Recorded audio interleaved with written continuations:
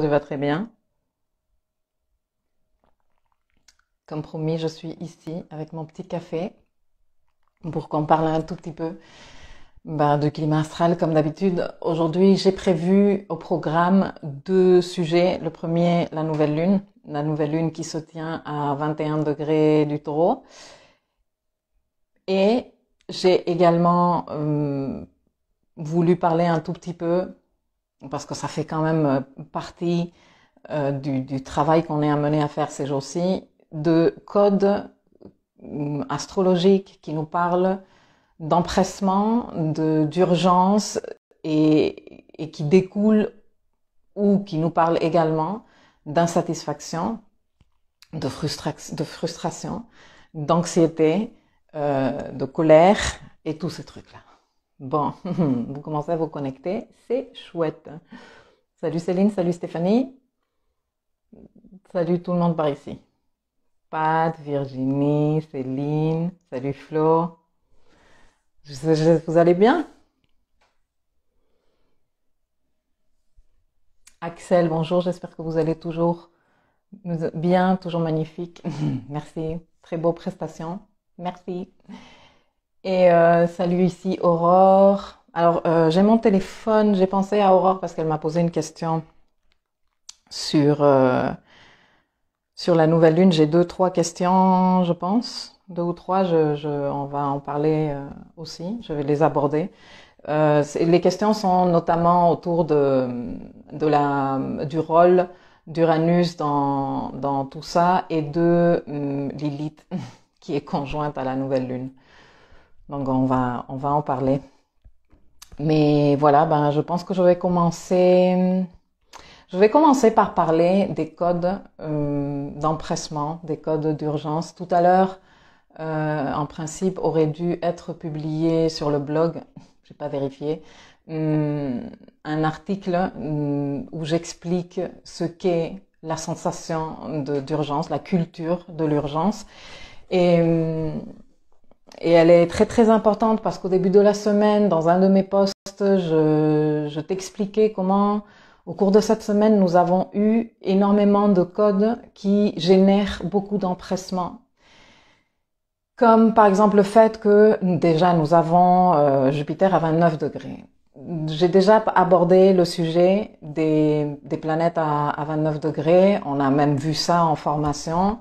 Il reste une séance et si le temps continue à être aussi ensoleillé que ça voudra dire que la saison des pluies s'est terminée et que je m'apprête à reprendre mes live trainings et mes masterclass en direct pour le programme architecte de ma vie parce que elle me manque vraiment trop. Ça fait trop longtemps que je ne les fais pas.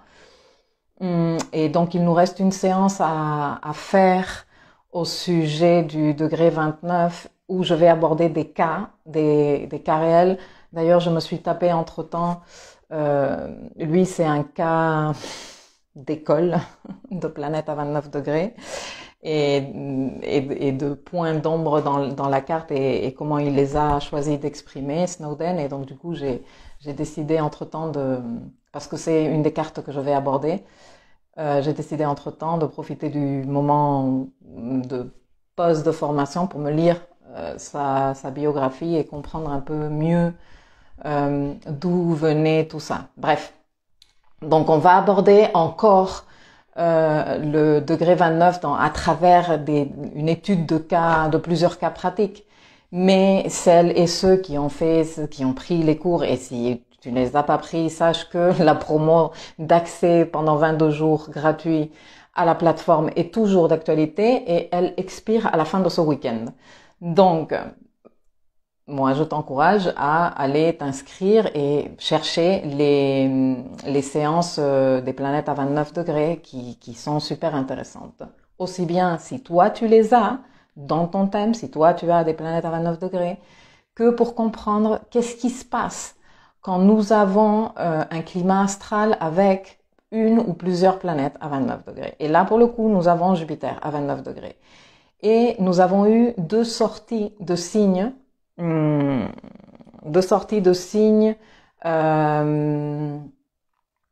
ben, Mercure et Vénus, Vénus, elle est en train de sortir du signe, je pense qu'elle sort demain.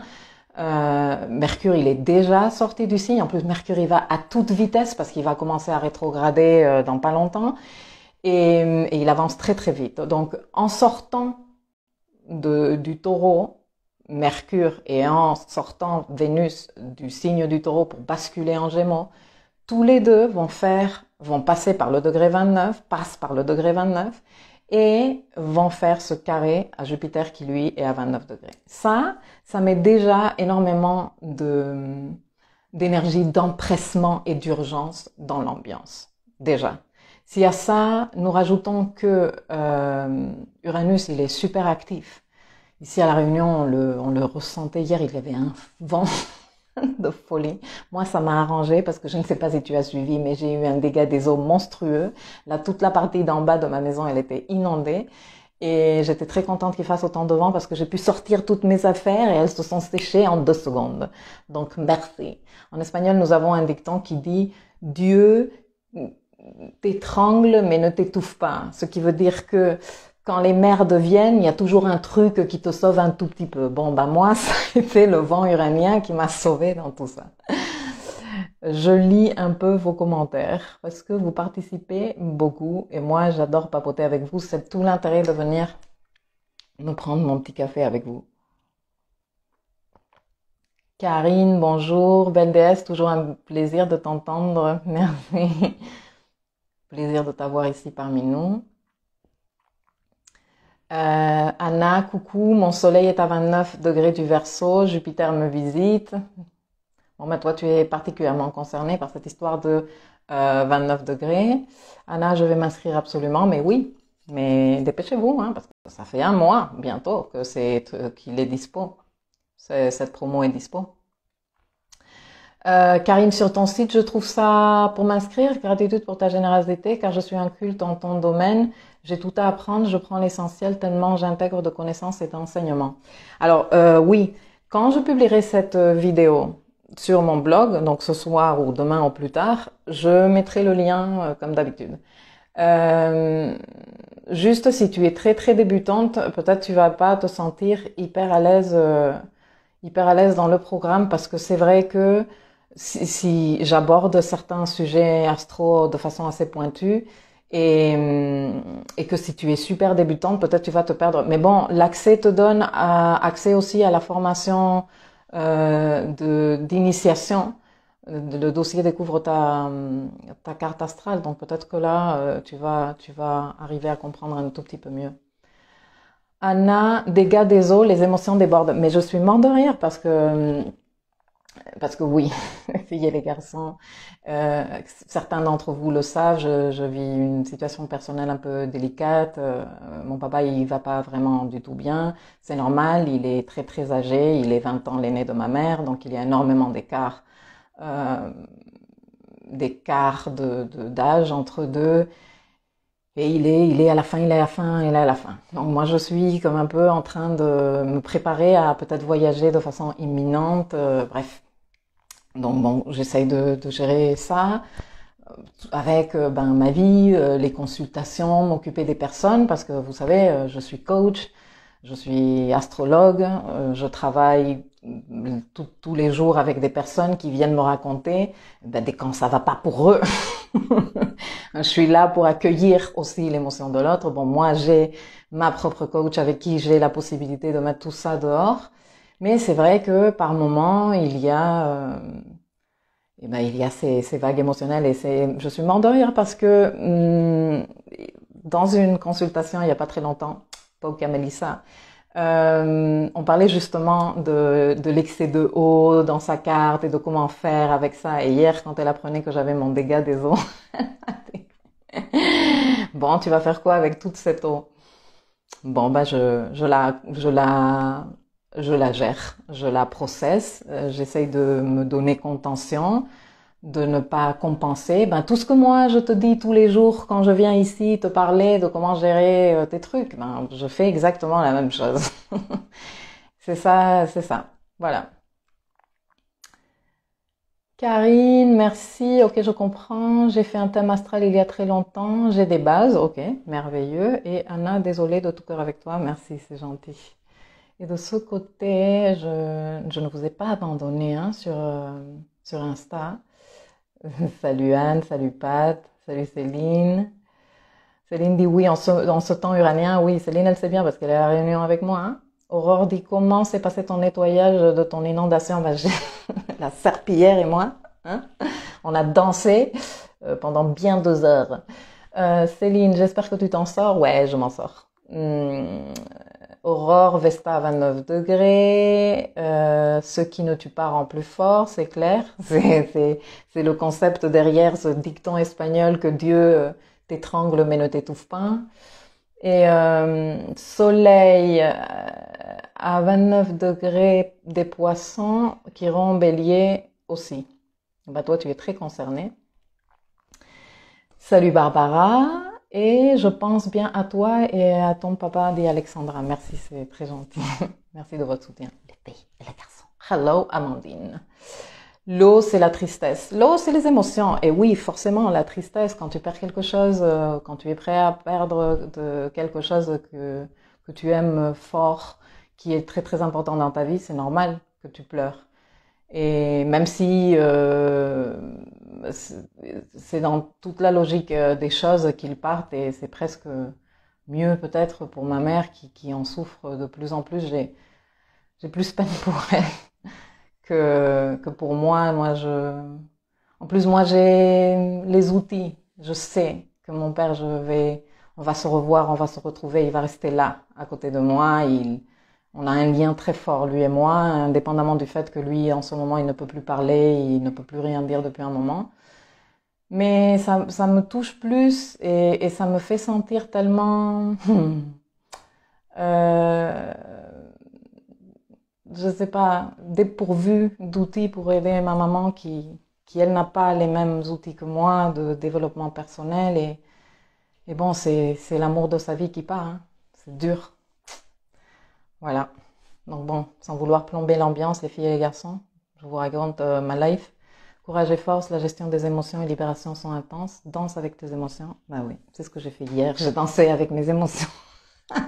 Et la serpillière. Bon, on va se concentrer un tout petit peu sur la nouvelle lune. Amandine, big hug. Merci. Pensez à toi, dit Anne. Merci beaucoup. Bon, les filles, les garçons. La nouvelle lune. Non, les codes d'urgence et d'empressement. Je perds le fil, mais je perds pas le fil. Donc, nous sommes dans une semaine où il y a énormément de cette énergie de aller, il faut, parce que toute planète qui arrive à 29 degrés est une planète qui est de sortie. Quand elle est de sortie, eh bien, c'est comme si on veut déjà être de l'autre côté. Tu vois, c'est comme quand tu peux, je sais pas, quittes, quand tu termines la fac. Hein, que tu termines la fac et toi tu veux déjà avoir un boulot et toi tu t'imagines déjà dans ton bureau et toi mais t'as pas encore fait ton mémoire et t'as pas encore fait ta soutenance devant le jury. Bon, ben c'est la même chose. Ou quand tu changes de boulot, ou quand tu t'achètes une nouvelle maison ou que tu déménages dans une nouvelle maison et que t'as fait déjà tous tes cartons, que t'es prêt à partir mais pas encore parce qu'il te reste encore des trucs à faire et que t'es là et tu veux être dans l'autre situation déjà mais tu n'as pas encore terminé la situation que tu as. Bon, ça, c'est très, très, très la sensation des planètes à 29 degrés. Qu'elles soient à un niveau natal, donc dans une carte de naissance, qu'elles soient par progression, parce que par progression, une planète peut arriver à 29 degrés, et on sent cet empressement, cette urgence, ou qu'elle fasse partie des transits qui nous affectent quelque part. Donc, on ressent ce truc, non? Les planètes à 29 degrés. Quand on a un autre code d'empressement et d'urgence, c'est quand on a Mars dans une situation particulière, par exemple Mars en train de faire des aspects au nœud, notamment nœud sud, des personnes qui ont le code Mars conjoint au nœud sud mon Dieu Seigneur, quel empressement, qu'elles vivent. Il y a beaucoup d'urgence, de sensations d'urgence. Qu'en mars, et en ce moment, je l'expliquais, semi-expliqué parce que je pense faire une leçon au sujet.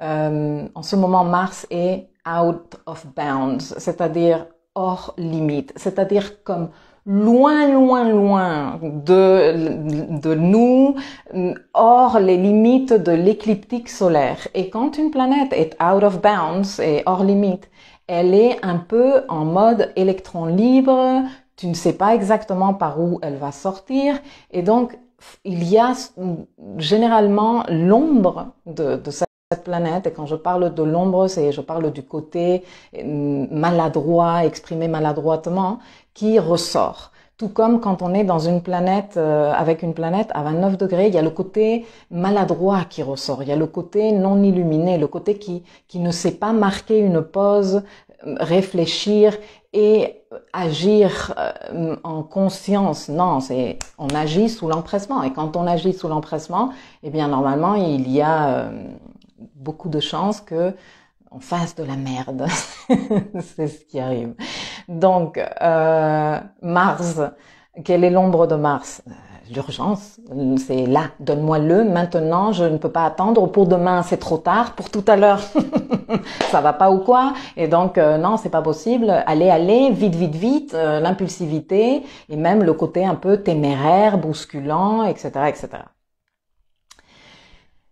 Quand on est pris dans ces situations d'empressement ou d'urgence, on est en train de vouloir accomplir des choses, on pense qu'il y a comme une ligne directe entre notre désir ou notre volonté et le résultat.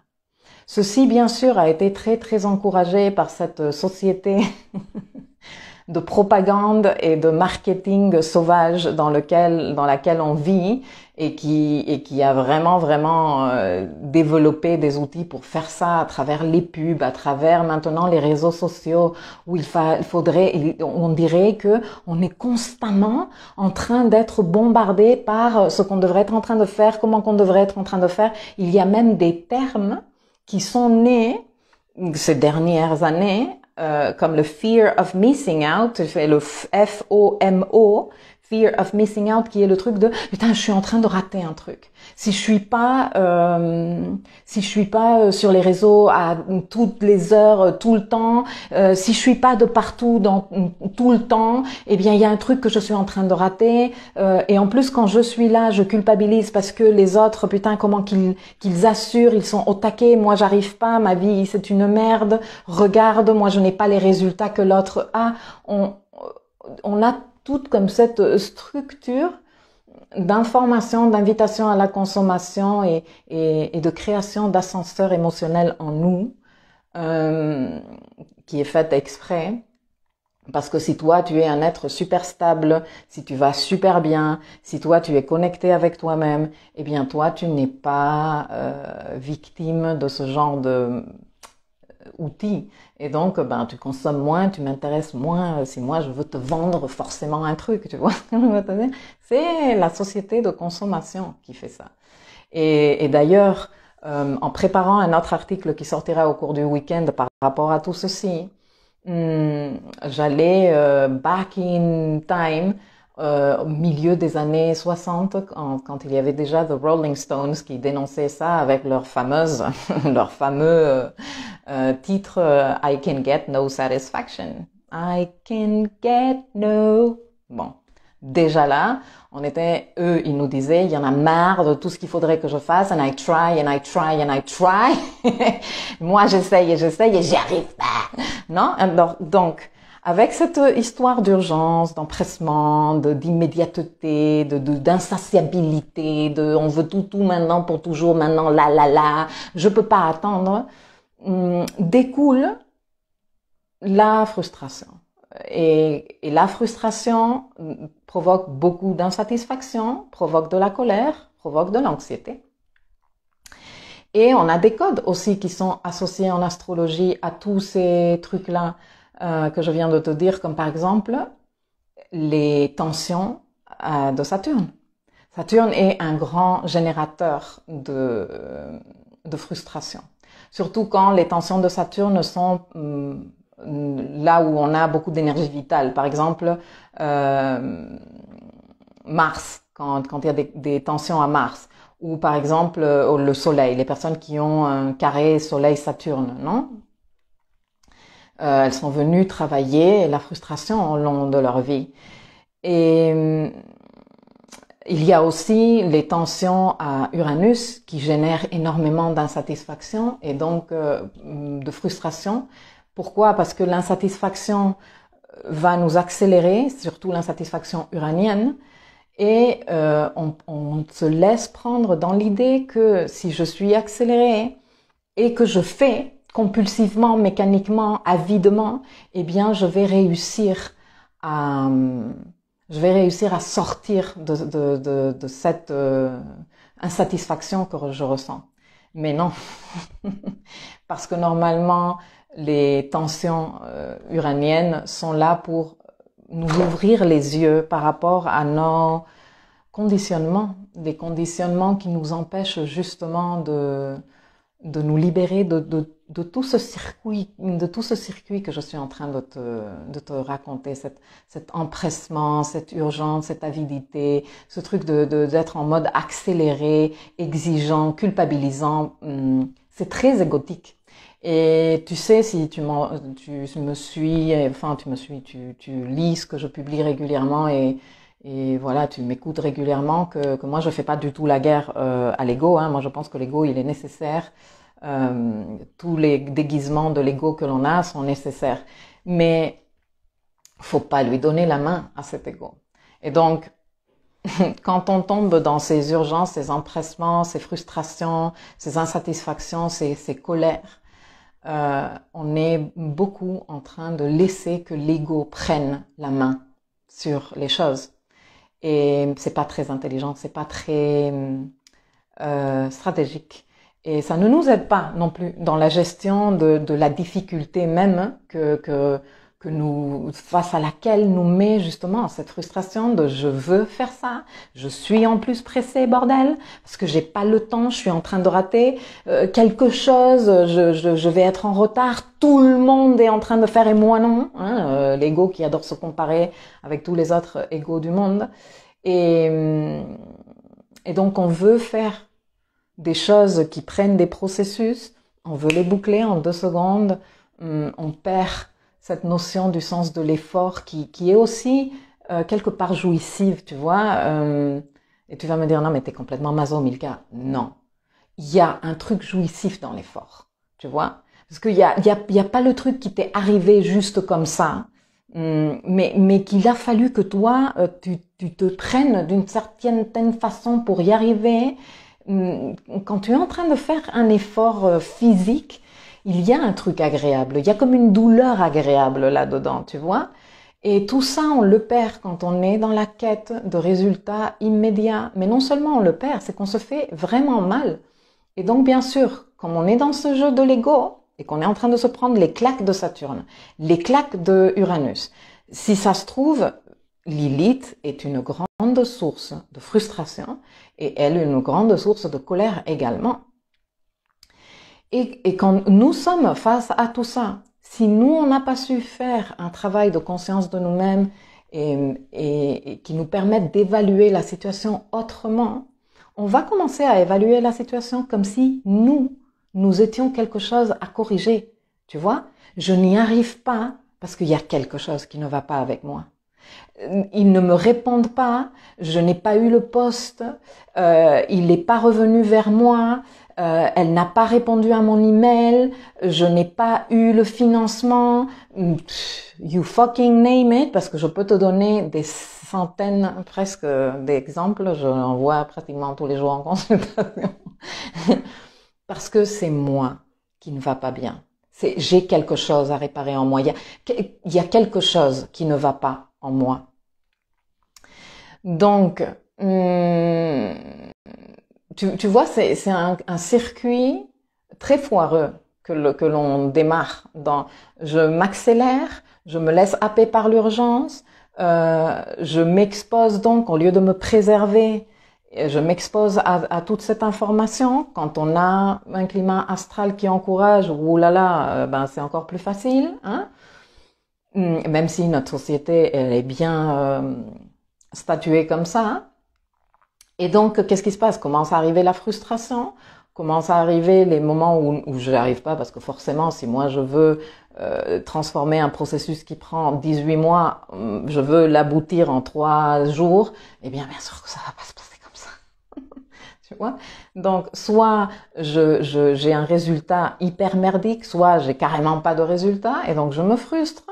Et au lieu de là, profiter de cette frustration, tu vois, parce qu'on a différents moments dans tout ce processus, tout cet enchaînement foireux, de dire, de faire cette pause salutaire dont moi je parle très régulièrement, de dire non mais attends, là je suis en train de m'accélérer. Bon, si t'es pas arrivé à te faire ta pause dans l'accélération, quand t'arrive la frustration, tu as la possibilité de dire non mais attends. Qu'est-ce qui se passe ici? Mais non, qu'est-ce qu'on fait normalement? On dit, c'est moi qui ne va pas. Je suis pas en train de faire les choses comme il faut. Il me faut faire encore plus de trucs. C'est qu'il faut que les astuces, non? Et on tombe en plus dans cette société de consommation d'informations à 3 balles où on veut te livrer les astuces rapides. Non, mais donne-moi les astuces rapides du développement personnel. Non, mais mon vieux, le développement personnel est un processus de vie. Je peux pas te donner 3 astuces, c'est pas possible. Non, mais c'est ce qui vend sur les réseaux. Je m'en bats les couilles de ce qui vend sur les réseaux. C'est contre mes principes que de parler d'un truc qui est un mensonge, non? Et qu'est-ce qui se passe? Comme c'est ce qui vend dans les réseaux, c'est ceux qui vendent dans les gens, eh bien nous on continue à produire, nous par exemple producteurs de contenu, créateurs de contenu, parmi lesquels je peux me classer. Si nous ne savons pas faire cette pause salutaire de dire non, ceci n'a rien à voir avec moi, eh bien nous continuons à produire du contenu pour continuer à donner à vous des idées fausses et continuer à créer cette urgence, cet empressement, ce qui va forcément créer de la frustration, ce qui va forcément vous amener à dire que soit ce que vous avez consommé ne marche pas, soit vous avez un problème. C'est ultra vicieux. Et il y a une sortie à tout ça. Donc, je vais relire vos participations et je reviens pour la suite. Salut Chris. Amandine dit, je viens de lire l'article sur la sensation d'urgence. J'étais tellement dedans cette semaine que je ne la voyais pas. Aha moment devant ce contenu. Je te kiffe. Merci. Moi aussi. Je te kiffe, Amandine. Ben oui, écoutez, on se fait happer tellement facilement dans ça que il faut être vigilant. C'est pour ça que moi je pense qu'on ne le dit pas suffisamment de fois, qu'il faudrait le dire et le dire et le dire et même te le noter, tu vois. Et en ce moment, nous sommes en train d'avoir des transits de fort empressement. Donc, observe-toi, retourne l'œil vers ta personne et dis, est-ce que je suis pas en train de m'accélérer là? Salut Chris. Anna, j'ai Mars carré au nœud sud, je pense. Non, conjoint au nœud sud, j'imagine. En balance, mais à 10 degrés. Ok. Nicole, salut, ça me fait plaisir de te voir parmi nous. Amandine, carré, soleil, Saturne, frustration. Oui, les carrés à Saturne, grande frustration. Salut Anne. Chris, moi ça c'est fini, le vide, je dois, soleil, Mars, Saturne, naissance en Verseau. Merveilleux, c'est très salutaire pour toi. C'est vrai, se mettre des challenges et l'effort pour y arriver, quelle pression que je me suis mise. Anna dit, dans l'effort, il y a sécrétion d'endorphine. Yes. Et oui, c'est un processus. Anna dit, c'est super ce que tu dis sur cet empressement et les trucs magiques, astuces. Ralentir permet de se retrouver vraiment. Vraiment, Nicole, et vraiment, Anne, c'est vrai. Ralentir permet de te reconnecter à ta vérité, à ton rythme. ok? Et c'est vraiment important. C'est d'ailleurs la raison pour laquelle j'ai inauguré un nouveau dossier dans l'espace éducatif qui s'appelle Slow Living, où je compte même faire des lectures de livres que moi j'ai lus, comme l'Éloge à la lenteur, qui je pense font du bien. Je pense faire ces lectures en mode podcast et après on va faire des petits exercices, comme pour nous rappeler et commencer à cultiver une autre culture. Une culture pas de la lenteur à la con, genre putain, je suis molle à jamais et je ne fais plus rien de ma vie. Non, l'éloge à la lenteur est reconnecte avec tes rythmes et apprends à les respecter. Tu vois, arrive à observer ce qui se passe dehors sans que ce dehors vienne déterminer 24 heures H ce que toi tu devrais être en train de faire avec ton temps, avec tes ressources, avec ton attention, avec ton énergie, avec ton énergie physique, avec ton jus, tu vois. Parce que on perd, c'est tellement énergivore que d'être dans le je suis pas en train de faire ce qu'il faut faire, mais non mon Dieu j'ai oublié, attends 27 000 tout doux, excuse-moi, après tu vas mourir d'un AVC ou un truc comme ça quand tu auras 50 balais. Non, non, non, ce n'est pas sain de faire ça. Et finalement, dans tout cet empressement, est-ce que tu es en train de faire vraiment ce que toi tu veux faire? Est-ce que ceci est aligné avec ce que toi tu veux vraiment faire? Ou est-ce que tu es en train de faire parce que tu es en train de te comparer et de copier tout ce que tout le monde est en train de faire? Parce que l'autre il a une maison, toi aussi. Parce que l'autre il s'est marié à 30 ans et il a eu des enfants, toi aussi. Parce que l'autre j'en sais rien. Non, c'est pas possible de vivre comme ça. C'est vraiment pas possible. Et je pense que ceci arrête dépend de nous. Parce que c'est nous qui consommons. C'est nous qui sommes en train de demander plus, plus, plus. Tu vois, moi, ça fait un moment que vous le savez, que je me forme pour professionnaliser un peu ma communication sur les réseaux sociaux parce que bon, je fais ça un peu au lance-pierre, je n'ai aucune idée, c'est pas mon métier. Moi, je me plante devant la caméra, je fais des jolis posts de temps en temps. Mais voilà, je suis pas community manager, je n'ai strictement aucune idée. Et bon, j'ai trouvé la personne avec qui je travaille. Je pense que je vais faire de jolis trucs et de jolis apprentissages. Mais dans tout le processus, parce qu'il a commencé il y a bientôt 1 an, mon processus de trouver avec qui travailler, je suis tombée quand même sur des personnes qui me disaient ça. Non, mais il faut faire des vidéos courtes. Non, mais il faut résumer le truc à 2 mots. Non, mais il faut... Parce que les gens, tu sais, ils ont plus de capacité d'attention. Donc, tu sais, les gens... et je disais, non, mais je ne sais pas de quels gens tu me parles. Mais ma communauté, elle est pas comme ça. Et s'il y a des gens dans ma communauté qui sont comme ça, eh bien, je pense qu'ils vont rapidement dégager parce que moi, je n'ai pas envie d'encourager cette histoire de comme tu as 3 neurones et tu as juste une demi-neurone disponible aujourd'hui parce que tes 2 autres neurones sont dans toute l'anxiété que te génère la société dans laquelle tu vis, eh bien moi je vais te donner un truc juste pour que tu puisses le gérer avec ta demi-neurone qu'il te reste disponible. Non. Pour moi, ça, ce n'est pas cohérent avec le travail que je propose. Et je pense que vous avez tous vos neurones bien placés là où il faut et que vous savez dire, et que vous êtes même dans la quête de sortir de ces ascenseurs émotionnels, de ces empressements, de ces frustrations, etc., etc. Donc, voilà, c'est quelque chose qui, pour moi, est super important, qu'on soit conscient que c'est nous qui déterminons ces règles.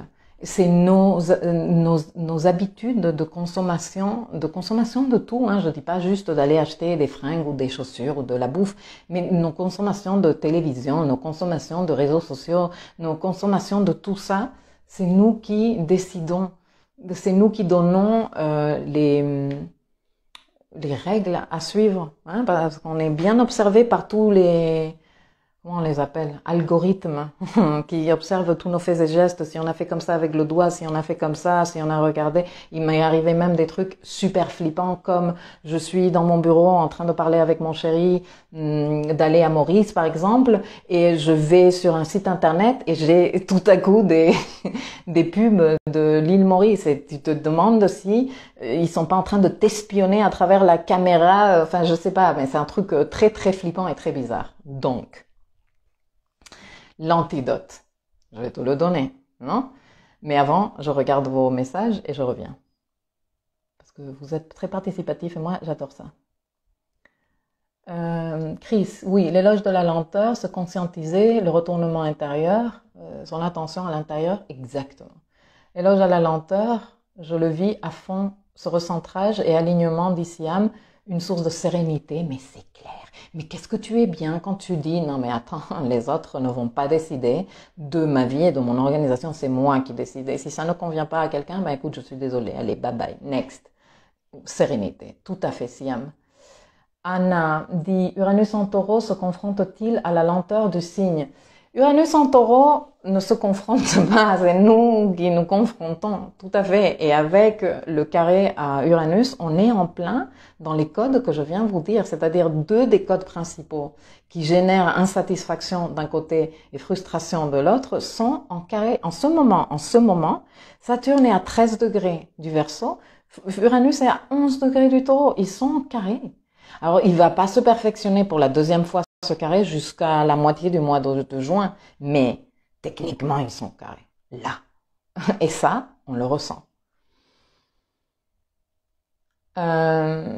Nicole, qui va piano va sano et va lontano, c'est clair. Qui va doucement va sainement et va loin, tout à fait.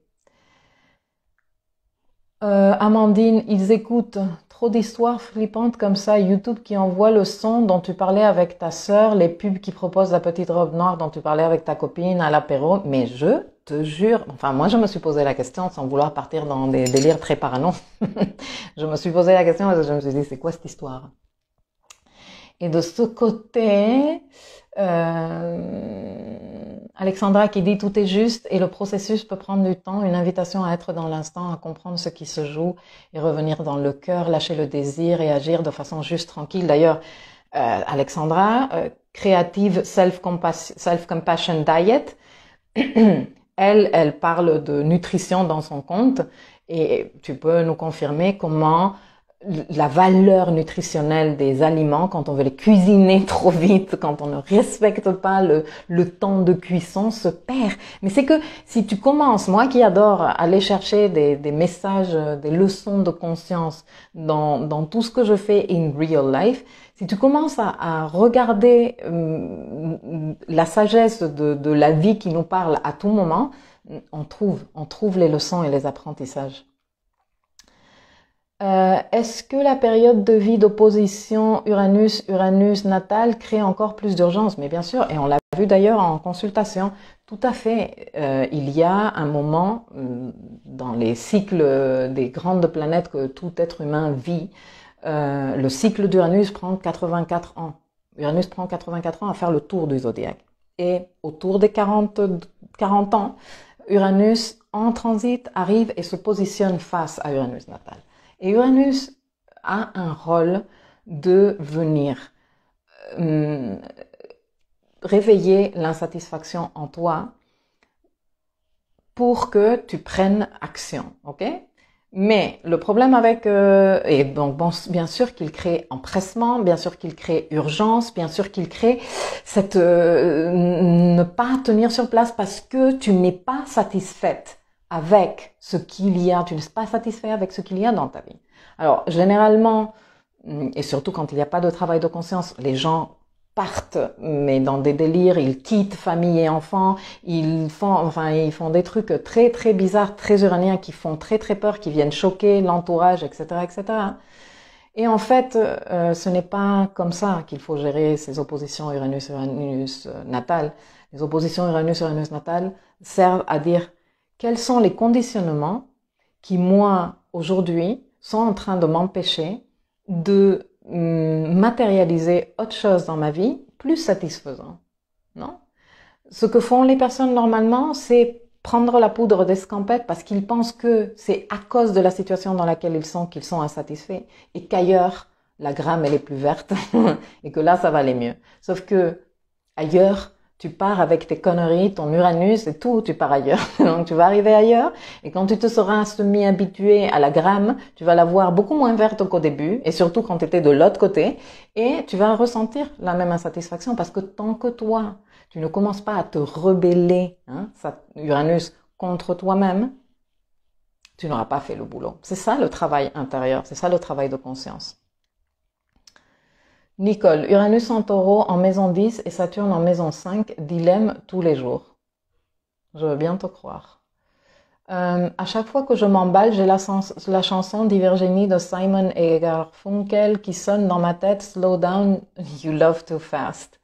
En plus, elle est tellement jolie. Elle a un petit rythme aussi super apaisant, je sais pas, moi, ça me renvoie à quand j'étais petite et que j'avais cette sensation que tout allait se passer bien tout le temps. Je ne me souviens plus du titre, mais les paroles commencent comme ça. Moi, je me rappelle plus du titre Groovy. Je sais plus comment elle s'appelle cette chanson. Peut-être. Attends, je termine de ce côté. Feeling Groovy, exactement. Céline. Et oui, on est espionné. Ben, ouais. Alexandra qui dit toute énergie, y compris dans notre assiette, en effet, mettre l'énergie du cœur dans tout. C'est ça. L'herbe plus verte ailleurs parle de nos attachements. Exactement. De nos attachements.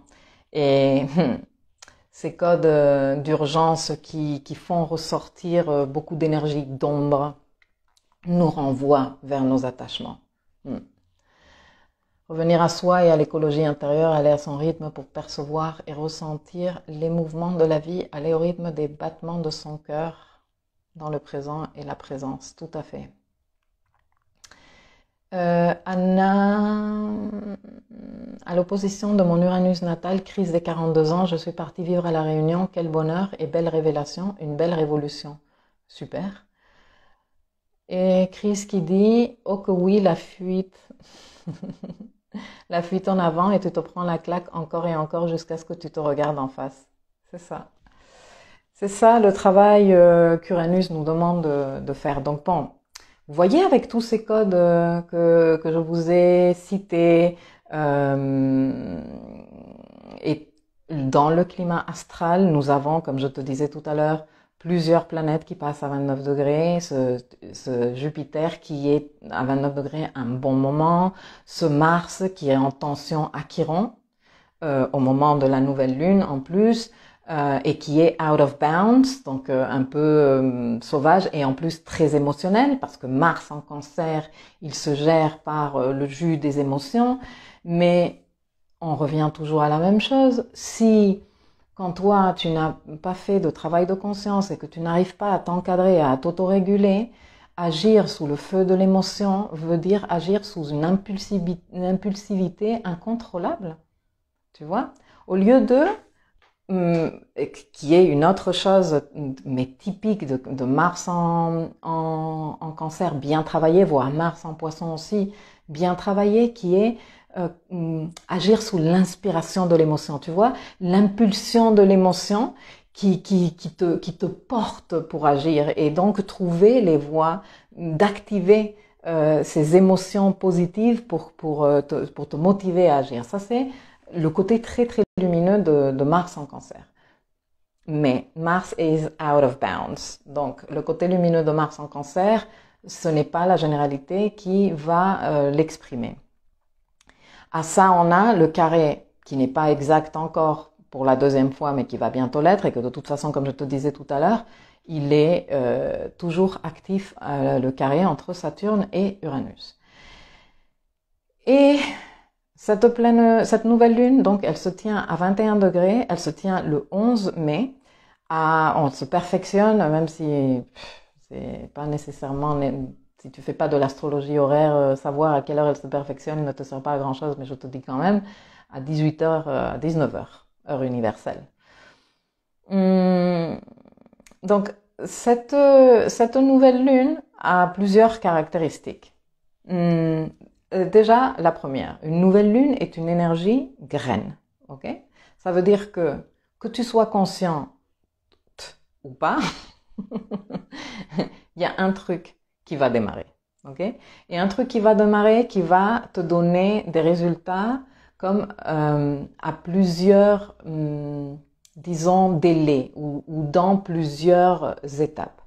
L'étape qui arrive la plus rapidement sera mi-novembre, quand nous aurons une pleine lune en Taureau, qui en plus sera éclipse. Mais je ne vais pas te parler de ça parce que sinon ça va être éternel ce truc et on ne va jamais en finir.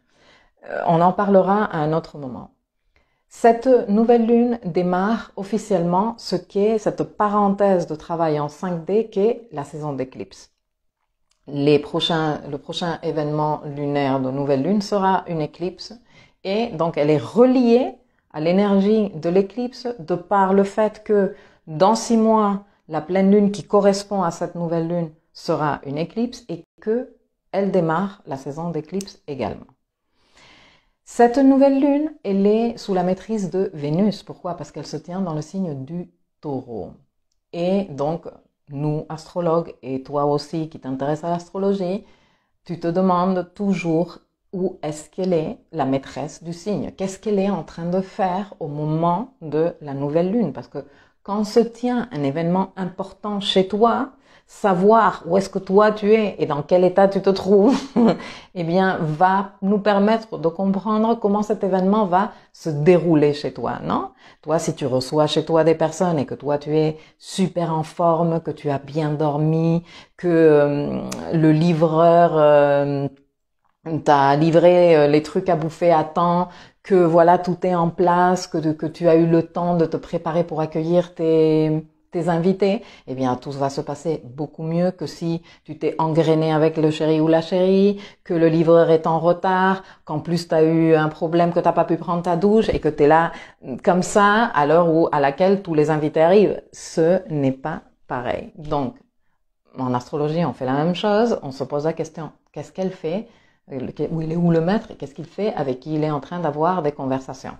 Et donc, la maîtresse, à l'heure de la nouvelle lune, elle a déjà basculé en Gémeaux.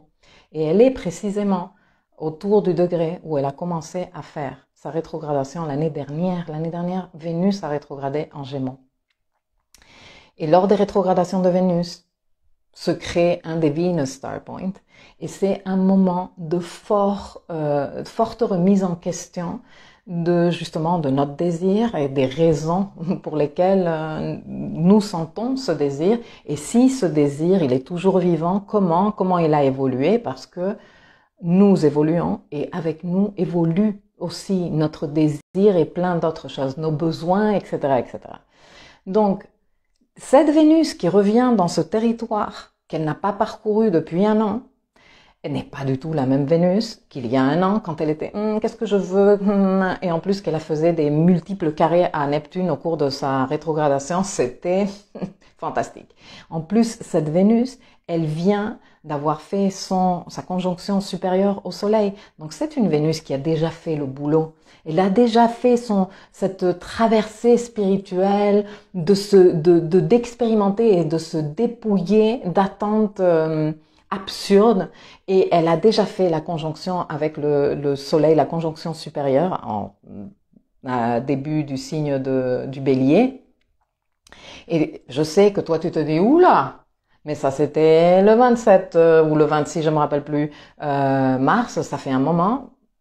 Ma chérie, ça fait pas si longtemps et on est toujours dans ce travail parce que Vénus elle est en train maintenant de faire check dans les degrés qu'elle a parcouru à l'avant, de retour et à l'avant l'année dernière, ok?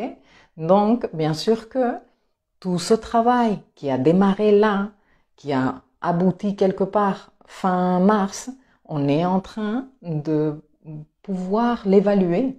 Comment je suis plus claire par rapport à mon désir? Comment les options que je considère maintenant ne viennent pas générer confusion et « oh mon Dieu, je ne sais pas qu'est-ce que je vais faire », mais au contraire, j'ai la capacité de les évaluer. C'est une Vénus qui est complètement différente. Cette Vénus, elle est également en train de transiter, tout comme Mercure d'ailleurs, territoire d'éclipse. Là, on va voir des éclipses aussi.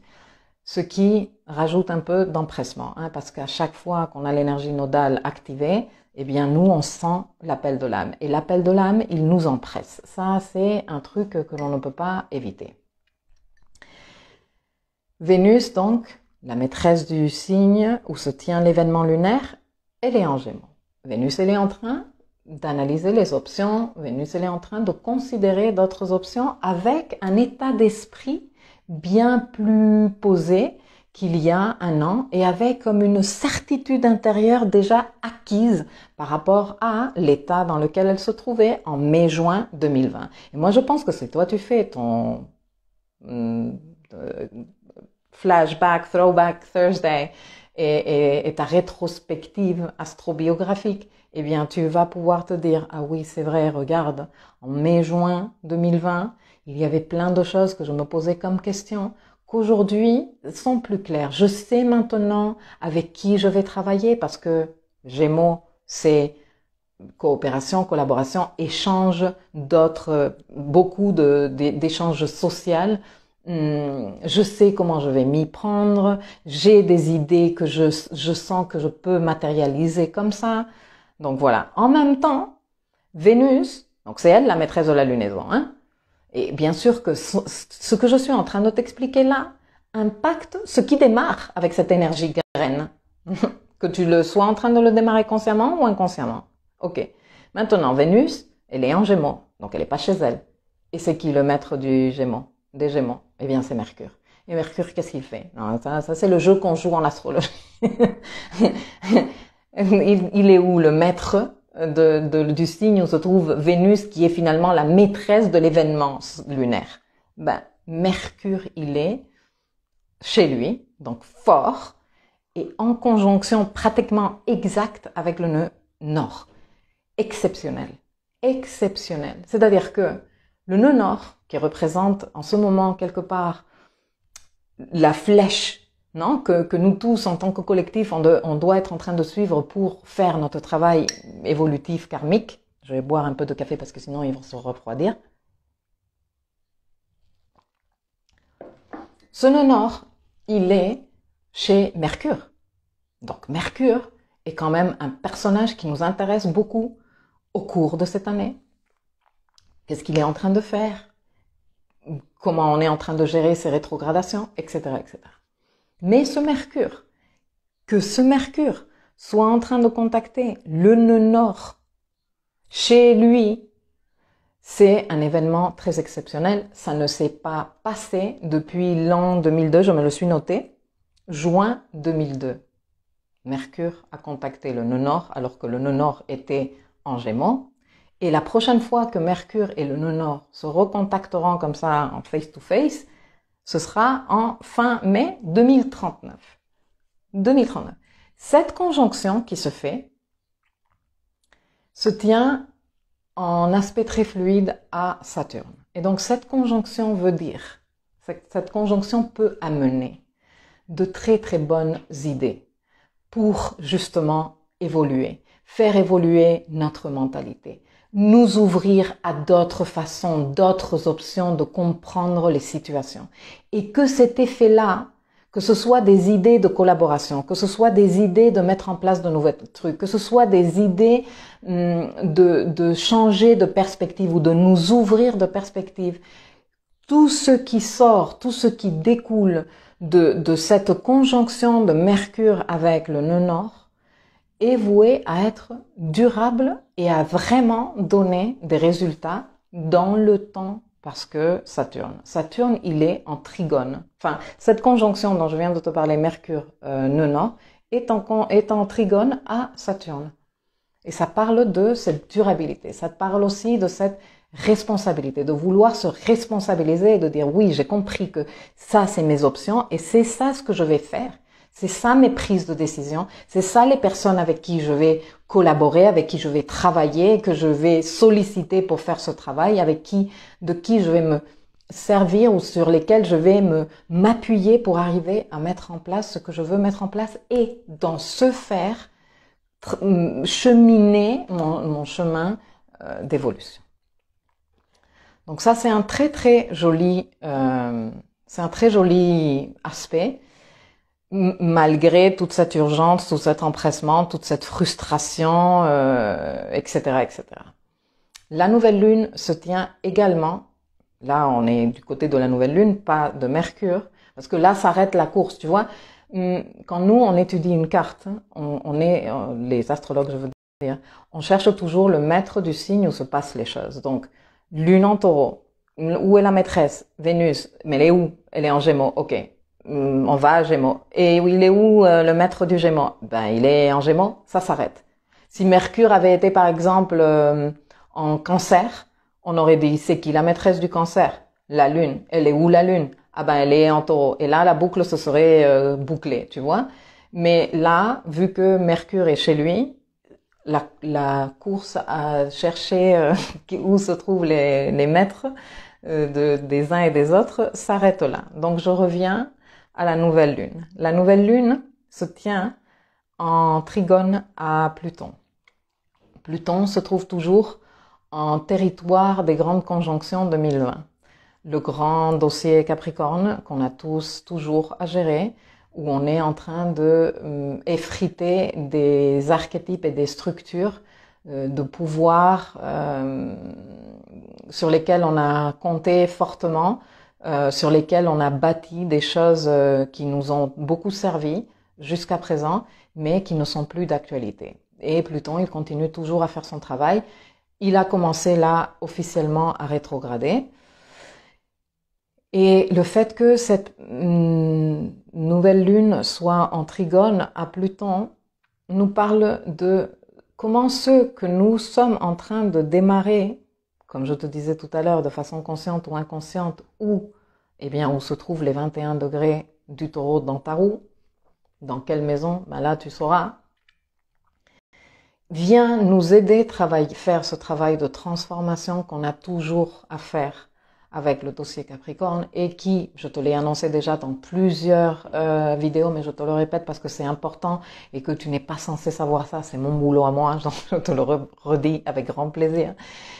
On va avoir un Venus Star Point, là où se trouve Pluton en ce moment. Il va venir fin 2021, on va commencer à avoir la rétrogradation de Vénus et donc elle va durer jusqu'en 2022 et là où se trouve Pluton, on va avoir 3 conjonctions Vénus-Pluton, avec Vénus direct, Vénus rétrograde, Vénus redirect, et en Capricorne va se tenir un nouveau Venus Star Point rétrograde. Donc, ce dossier Capricorne, il est important et on est loin d'avoir terminé à travailler dessus. On va terminer de travailler lors des dernières rétrogradations de Mercure dans le signe en 2022. Donc tu vois, il y a quand même encore du boulot là-dedans. Maintenant, en ce qui concerne la nouvelle lune et les questions que vous me posiez par rapport à Uranus et par rapport à Lilith. On commence par Uranus. Uranus, il n'est pas nécessairement impliqué directement dans la nouvelle lune parce qu'il commence à être trop loin de la nouvelle lune. C'est-à-dire que lui, il est à 11 degrés et la nouvelle lune, elle se tient à 21 degrés. Donc, il y a déjà 10 degrés d'orbe, ce qui me paraît assez énorme. Moi, plus je vieillis et plus je travaille avec l'astro, plus j'aime resserrer un peu les orbes, même si je suis assez large comparé par exemple à des profs que j'ai eus au cours de ma vie. Mais bon, revenons un peu à cet Uranus. Même s'il n'est pas directement impliqué, tu vois il fait pas partie de l'événement lunaire en soi parce qu'il n'est pas là collé à la conjonction lune-soleil.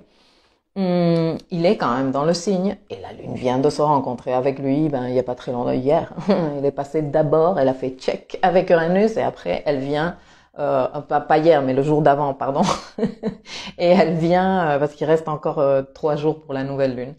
Et après elle va venir faire sa conjonction avec le soleil. Donc quelque part l'énergie de cet Uranus est là. Ce que nous sommes tous en train de faire avec Uranus en taureau, eh bien, c'est bien d'actualité, notamment qu'Uranus, il est bien actif en ce moment à cause du carré à Saturne et à cause de tous les transits qu'il y a eu en taureau, parce que tout le monde est passé discuter avec lui. Et en fait, qu'est-ce qu'on est en train de faire avec Uranus pour te le dire vite fait, parce que j'ai déjà fait pas mal de contenu là-dessus que je mettrai en lien quand je publierai cette vidéo dans l'article. Mais avec Uranus, nous sommes en train de développer une nouvelle approche des affaires taureau. Okay? nous sommes en train de nous confronter à ce qui sont nos conditionnements par rapport aux affaires taureaux. Maintenant, quelles sont les affaires taureaux?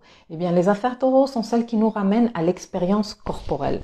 Et franchement, quand tu penses qu'on est concerné depuis bientôt 1 an et demi à un niveau international, dans une situation où nous sommes obligés à nous maintenir loin les uns des autres, à ressentir comment ce contact, se toucher, se prendre dans les bras, se serrer dans les bras, se voir entre amis, on a pu goûter à comment on sent le manque de ça. Et comment, si avant que cette situation se passe, nous étions un peu dans oui, le virtuel c'est génial et tout le monde là dans son téléphone. Là, je pense qu'on est bien friand de reprendre ce contact, de pouvoir aller se faire masser dans un endroit, de pouvoir revoir les amis, de pouvoir être à 30 en train de faire une soirée, de déconner, de se prendre dans les bras, tu vois. Je pense que beaucoup d'entre nous, la plupart de la population mondiale, manquent cruellement de ça. Et moi, quelque part, je sens que c'est hyper en rapport avec cette revalorisation que Uranus en Taureau nous permet de faire de ce qu'est notre dimension corporelle, parce que Taureau est hyper en rapport avec les 5 sens et l'expérience sensorielle et ce que nous valorisons justement, ou comment nous valorisons, nous apprécions à travers ces 5 sens et ces expériences sensorielles. Donc, c'est ça que nous sommes en train de faire en Taureau. En Taureau, nous sommes en train d'apprendre à donner de la valeur autrement, à trouver de la valeur là où on pensait qu'on avait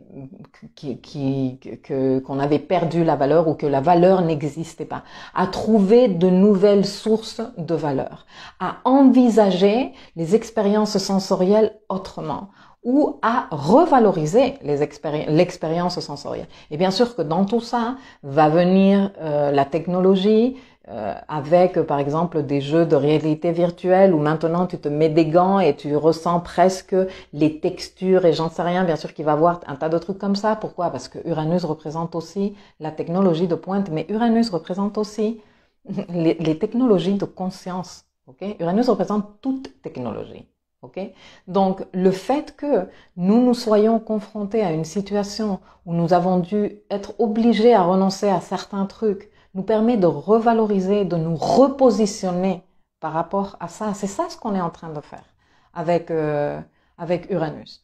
Alors bien sûr que dans tout ça, il y a tout le jeu avec le dossier Capricorne, comment on est en train de transformer ces archétypes, ces vieilles structures qui ne fonctionnent pas, le carré à Saturne et comment on est en train de composer le vieux avec le neuf, le nouveau et comment on est en train de réconcilier ça et dans ça, comment on est en train de se rendre compte qu'il y a des choses irréconciliables auxquelles il va falloir absolument renoncer et donc il va nous falloir explorer de nouveautés, de nouveaux chemins. Et donc, dans tout ça, vient se joindre, et c'est de elle que je vais parler en dernier, Lilith. Et Aurore me demandait dans sa question hier, comment elle éclaire Lilith? Et moi, j'ai eu un sourire attendrissant parce que Lilith, elle éclaire que dalle. Lilith apporte 0 lumière. Déjà, Lilith, elle n'est pas un corps. Donc, elle ne reflète aucune lumière. Mais en plus, Lilith représente ce point de l'orbite le plus éloigné. C'est quand la Lune, elle est en apogée. Là, très loin. On est beaucoup dans l'ombre avec Lilith. On est beaucoup dans la correction du tikkun. On est beaucoup dans ce qui n'est même pas... incarnable. Lilith, elle est obscure et désincarnée. Maintenant, donc, Qu'est-ce que Lilith apporte dans tout ça? Eh bien, elle apporte une lassitude colérique. On en a, excuse-moi l'expression, plein notre cul maintenant. Donc, ce qu'on démarre maintenant, on le démarre avec ce côté un peu,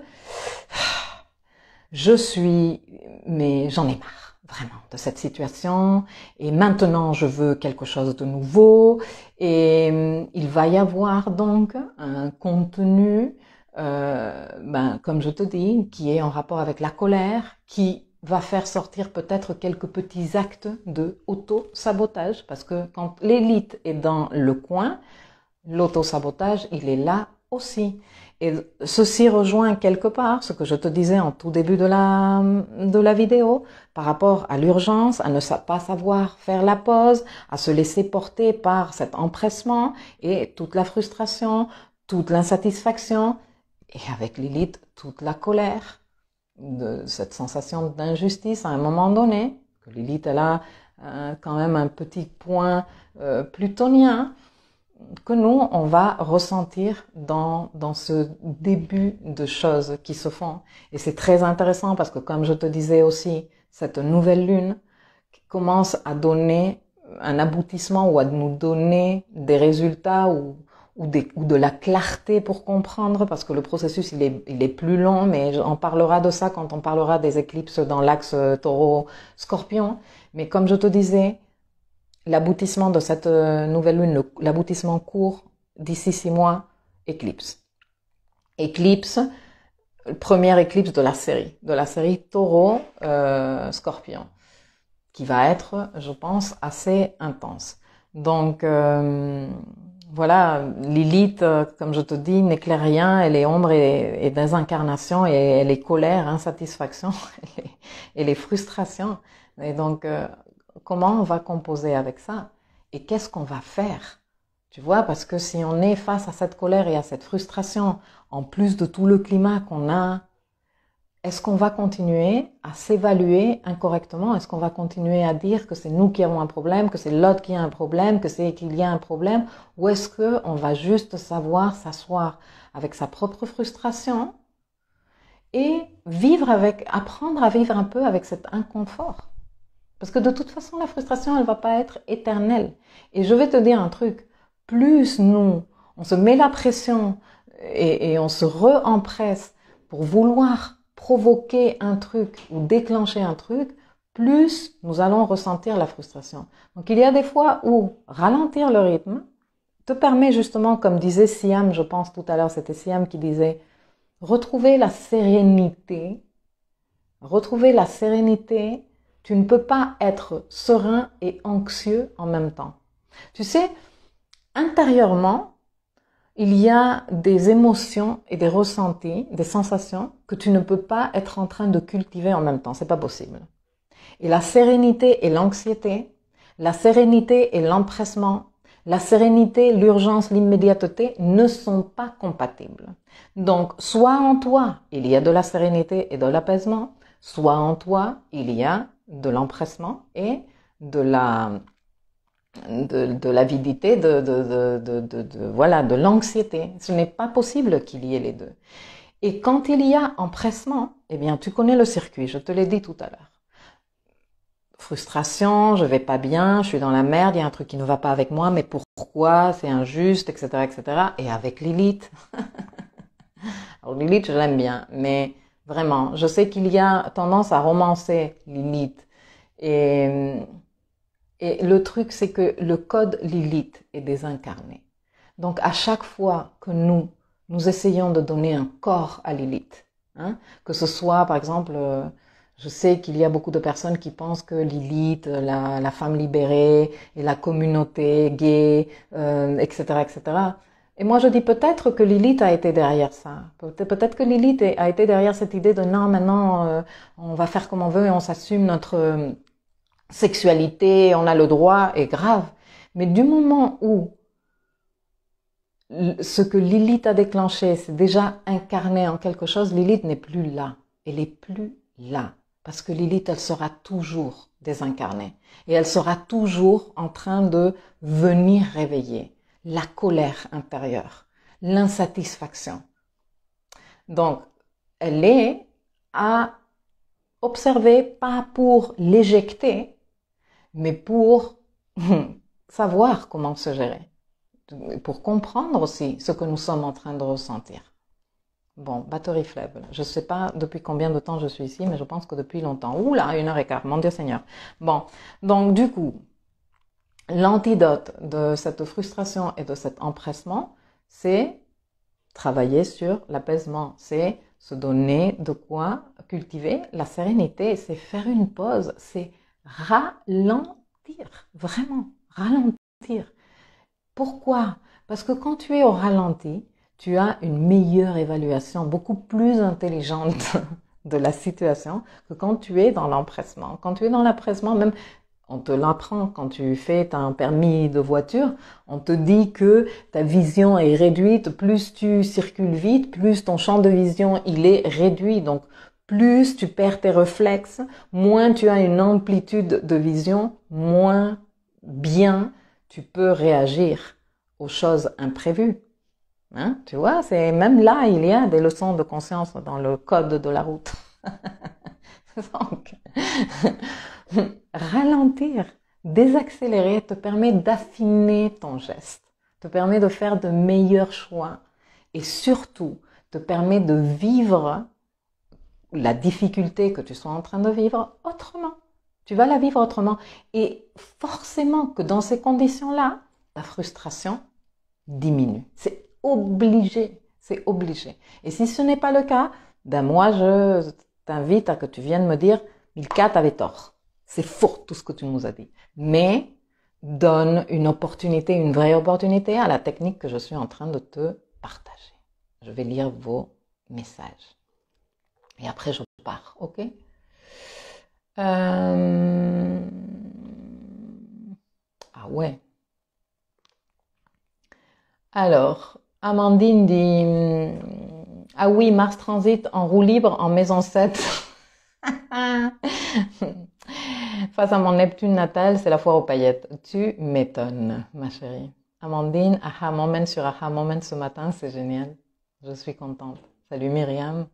Anna, mais Vénus est en carré à Jupiter. Ne va-t-elle pas voir trop grand, excessif? Oui, Vénus, elle s'énerve quand elle est au carré à Jupiter. Et exactement, elle devient excessive.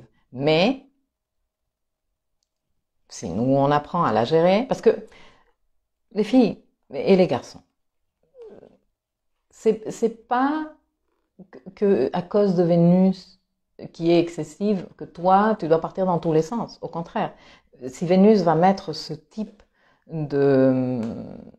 d'énergie à ta disposition, c'est pour que toi, tu apprennes à la gérer. Donc, si tu te sens excessif, si tu te sens débordé, eh bien, réfléchis, ralentis et dis-toi, qu'est-ce qui m'arrive? Pourquoi je suis en train de claquer ma carte bleue à gauche et à droite? Tu vois? Quel est ce vide que je suis en train de vouloir remplir? Parce que la frustration, c'est un vide. C'est je veux ça et je ne l'ai pas. Donc, il y a un vide. Donc, qu'est-ce qui se passe? Moi, je compense. On a tendance à compenser. Donc, oui, forcément, que cette Vénus avec Jupiter au carré et à 29 degrés tous les deux, comment je t'explique? La lune est en taureau ou elle est chez elle? Non, bah, la lune elle est en taureau. Tu peux pas avoir une nouvelle lune si la lune elle est pas. Enfin, tu peux pas avoir une nouvelle lune en un signe si la lune elle n'est pas dans le signe. Je parlais je donnais un exemple que si Mercure avait été en Cancer, on aurait continué le jeu de chercher les maîtres pour comprendre les enjeux de tout le climat astral. Mais je pense qu'il y a des fois où je donne trop d'infos. Et je vous emmène les pinceaux. Amandine, la lune est en taureau, elle est exaltée, tout à fait. 21 degrés du taureau, cuspide de la 5. Je suis au bout de ma life. Je suis morte de rire. Je vais m'asseoir avec ma frustration devant mon journal créatif et appeler Saturne à la rescousse. Oui. Comment on se donne sérénité, stabilité et apaisement? En mettant beaucoup de Saturne dans notre vie, en revenant aux petits gestes de la vie, en sachant regarder autrement. Il faut éduquer l'œil, je disais il y a quelques jours à une fille qui m'avait commandé une consultation en MP3. Et justement, on parlait de des codes qu'il y a dans le thème. Enfin, je lui ai expliqué que dans son thème, il y avait des codes de beaucoup d'exigences, non, de haut perfectionnisme, et que avec ces codes-là, soit elle éduquait son œil à voir ce qu'il y a au lieu de voir ce qu'il n'y a pas constamment, soit elle allait jamais sentir de la véritable satisfaction. Parce que quand toi, tu t'es éduqué et tu t'es rééduqué et tu t'es redit et redit que c'est toi qui ne vas pas, que si tout n'est pas parfait, alors les choses ne marcheront pas, que tu ne pourras être satisfait ou satisfaite, que si tu as ça, que si tu as conçu ça, que si tu as réussi ça, ou que si blablabla, en fait, tu es constamment en train d'éduquer ton regard à voir ce qu'il n'y a pas.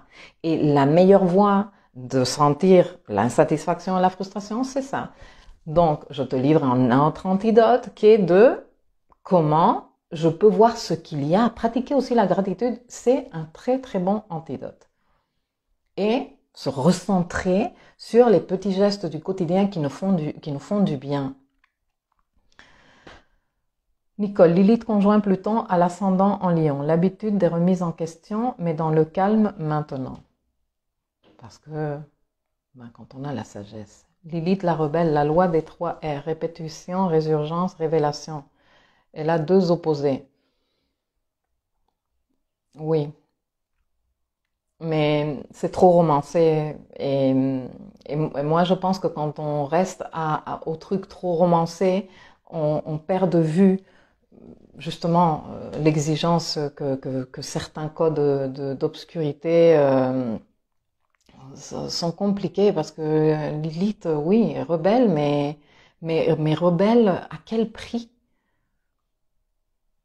Au prix de s'auto-saboter, mais grave. Donc bon, c'est pas le moment pour travailler ça ici, mais je me prépare pour vous annoncer des formations là-dessus. Dans le ralentissement, nous sommes dans l'observation et la conscientisation d'Istiam, tout à fait. Mélissa, salut. Je parlais de toi tout à l'heure. Anna, immense merci pour ces explications, avec grand plaisir. Stéphanie, tellement parlant, c'est ce que je fais actuellement, merveilleux. Le verre à moitié plein, exactement.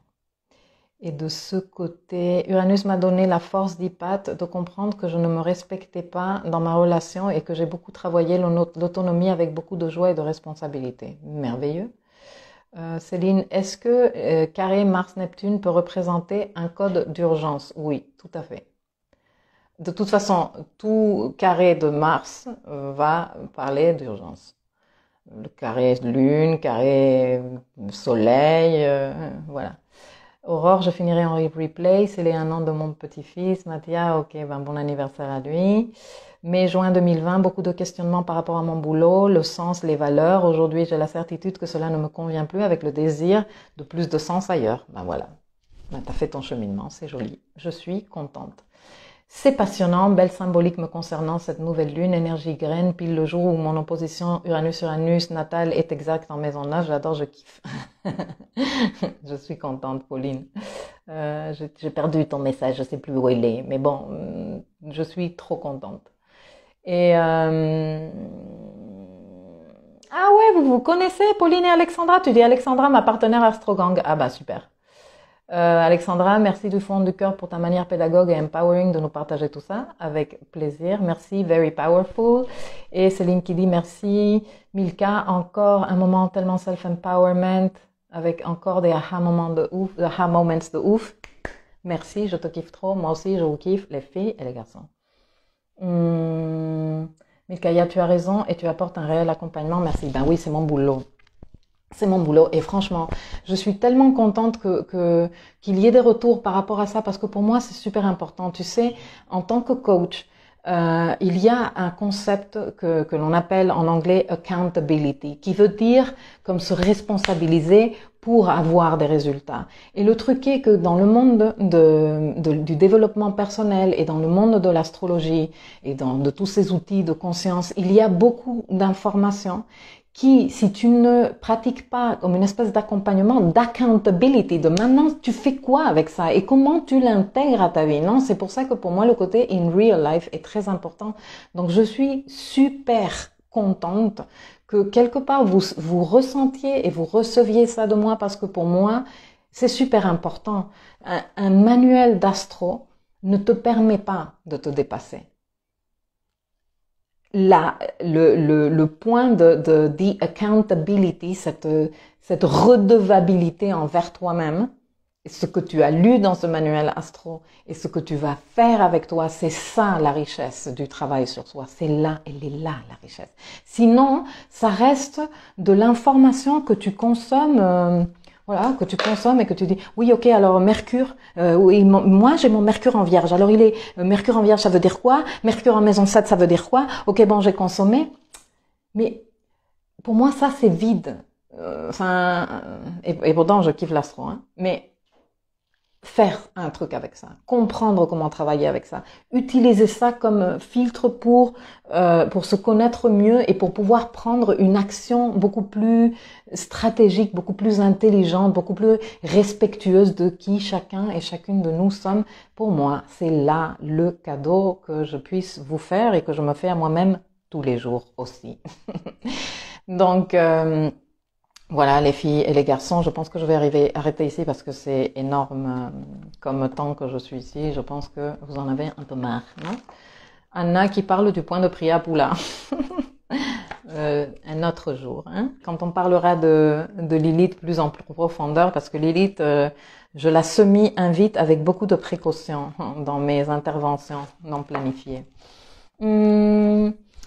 Je te rappelle plusieurs choses. Je te rappelle que en ce moment, j'ai toujours la série du travail de mindset d'abondance avec cette Vénus qui nous concerne toujours, qu'on va terminer quand Vénus aura commencé à transiter le signe des Gémeaux justement pour faire un petit clin d'œil à ce travail qu'on a démarré l'année dernière.